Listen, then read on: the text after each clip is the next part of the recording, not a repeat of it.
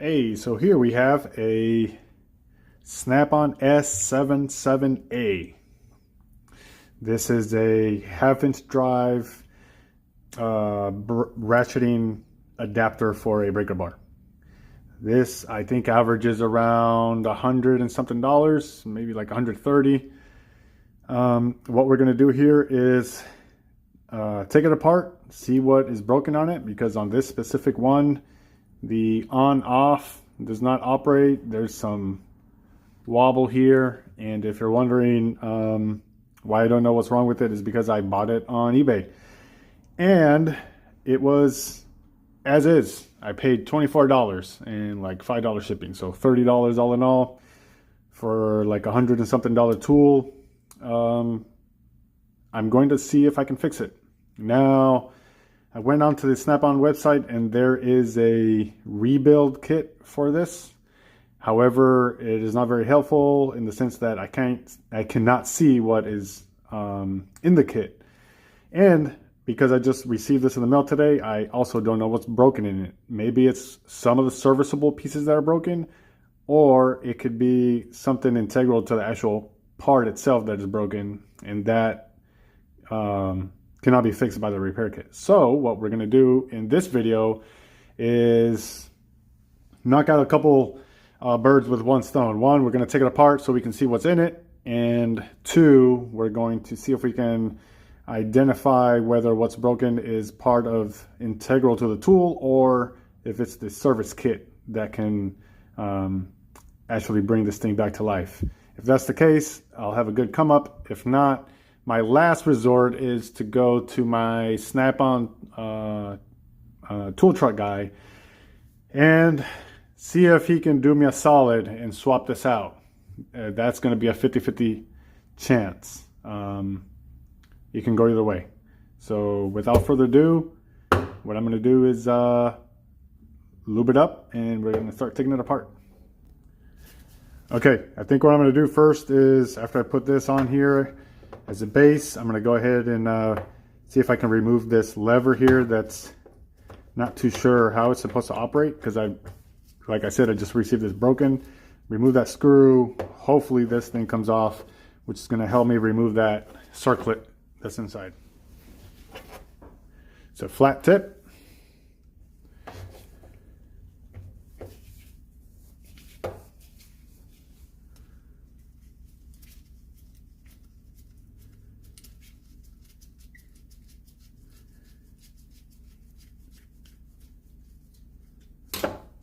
All right, interesting. That is rather long.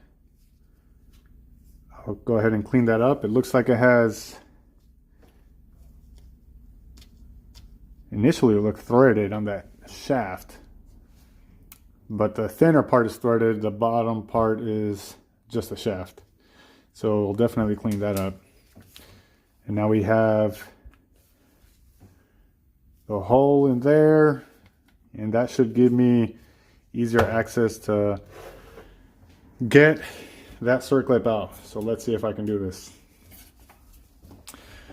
I'm gonna go ahead and use my Blue Point PR37 90-degree attachment for this, and a hook on the opposite end to help me bring that circlip up and out.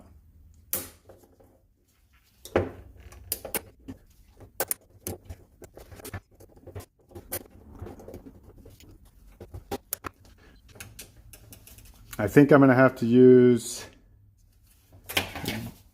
maybe my, nope, that's external, that's opposite. So we're going to go ahead and use a different attachment, probably to do it from straight up and down, because this 90 thing right now is a pain in the butt. All right, we're going to try to use this vertical attachment this time and use a different piece on the opposite end.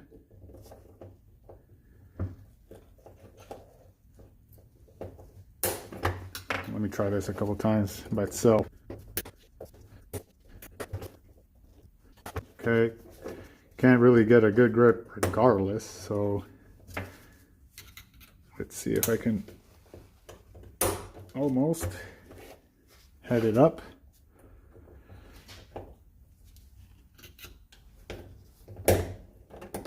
There we go. Okay, there's a circlip. Go ahead and put that there. See if we can bring this up carefully, because we want to see what's going on in here. Okay, we got that washer that sits on the top edge, and now we have some, it was these locking groove contraption that was a flat face outwards. I think that's what locks into the teeth in here, and probably a spring with these pins in. It's definitely a spring. Let's see what's going on in here. It's like a little wobble piece.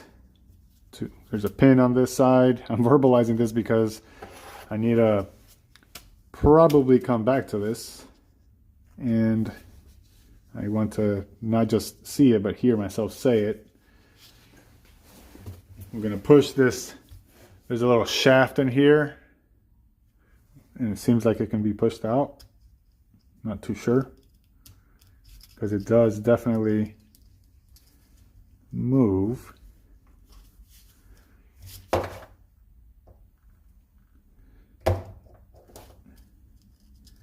Probably,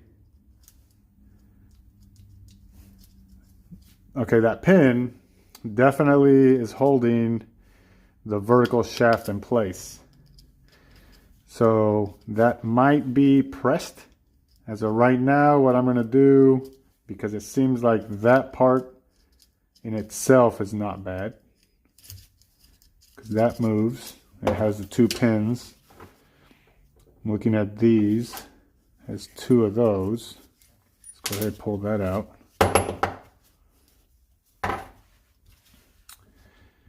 Now, this is the part I am not too sure is if these two pins or cam locks, let's call it, have their teeth gone, or somehow it just kind of misplaced itself. I'm going to go with, I think it's just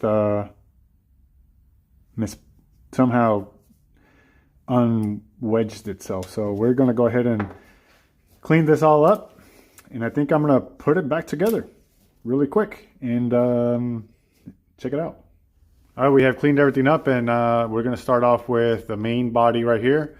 There's no damage to literally anything. So my assessment is that they must have either dropped this and one of the keys in here, the cams, dislodged, and it jammed up. And as I was cleaning everything, it was very cruddy. So I think whoever had this just kept it very poorly, and it broke on him. So I'm going to put it together, and once we assemble it, we're going to test it all out, and we're going to see if we got it working again. So first thing I'm going to do to the main body here is to use some heavy duty, just like CV axle grease, not a whole lot, just enough to kind of go on the teeth here and stay in place. Plus I'm sure this sees high torque, so it's kind of a CV axle in itself. I'm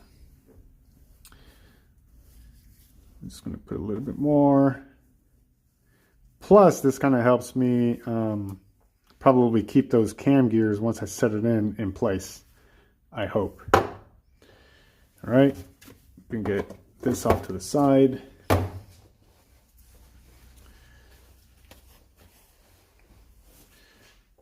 So this is what the rest of the parts look like.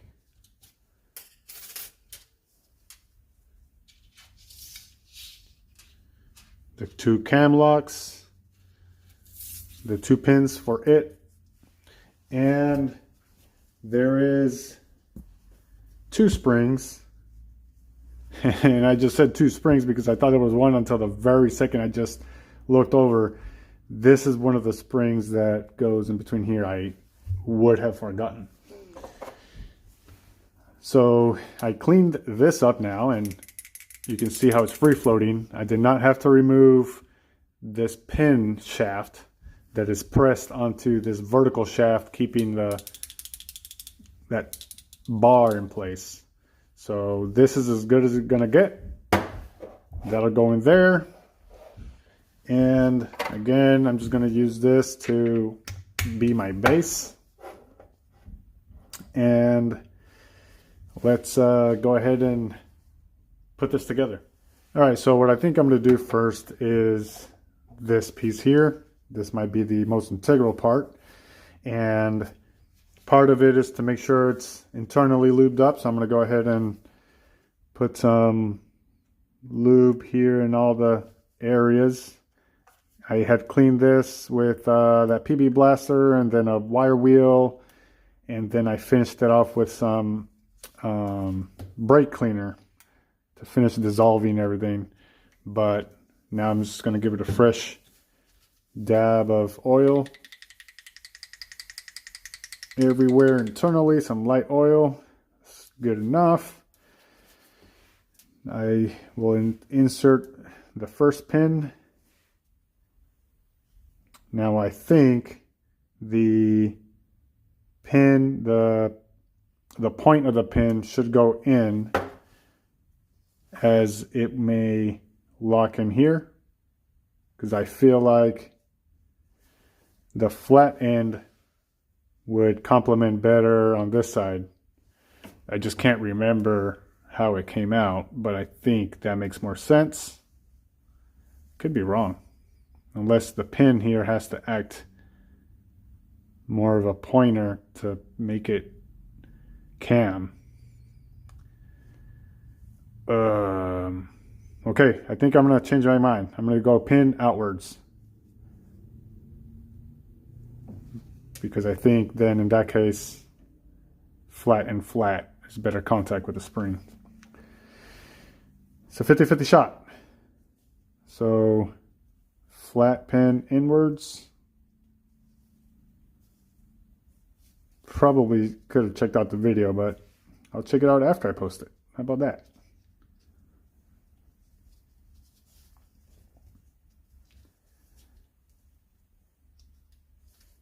Spring goes in there. Flat outwards. So now I have the pin fighting against me on both sides. So I'm going to try to keep this even. Okay, the pins are in place. These are equal in length.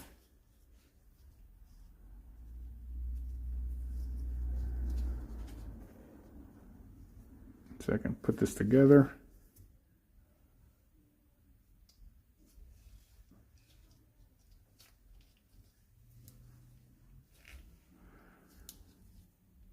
Add those 2 in.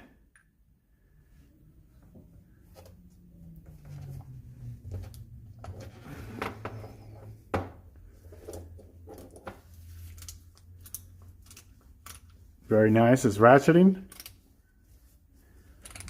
Only one way, of course, because I still have to install the on-off switch here, but at least it's going to naturally want to go one way, right? So that's already promising here. And see the grease right around here looks just enough, not excessive, which is perfect. Now the circlip right after this base washer, flat end downwards. Put some oil on it, just a light dab. And now pay attention to your circlip. The curve part is facing up, the flat end, machined end on the bottom. Installing is easier than removing any day of the week with the right tool.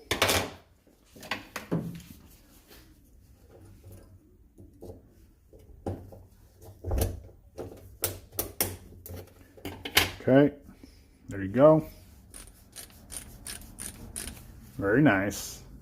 Very nice. All right, now the last step should be to install this.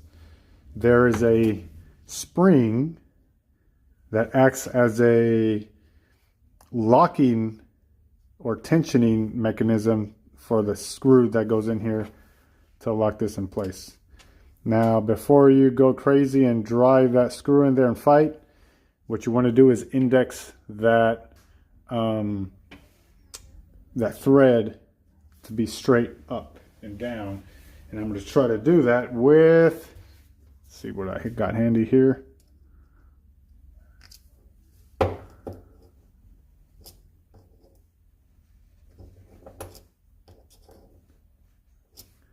All right, so I'm looking at it.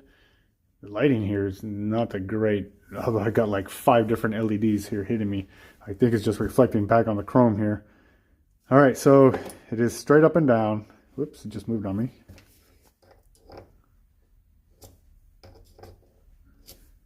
Okay, now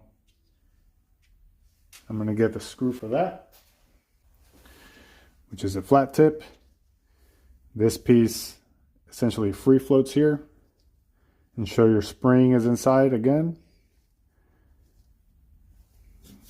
I'm going to seal that area in there with some lube.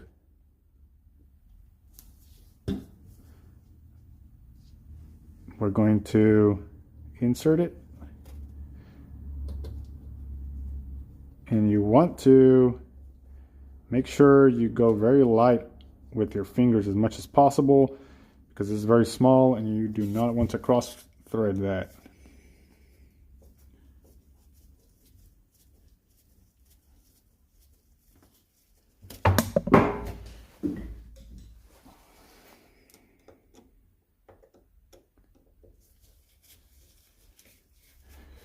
Okay, looking good. Now, this one should not be monkey torqued. It's just enough to get secured.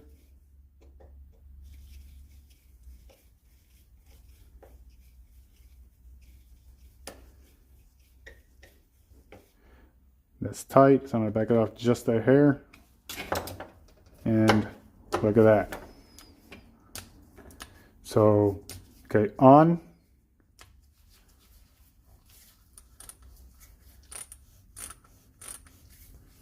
Wait, I just put it off. So, okay, it's on off.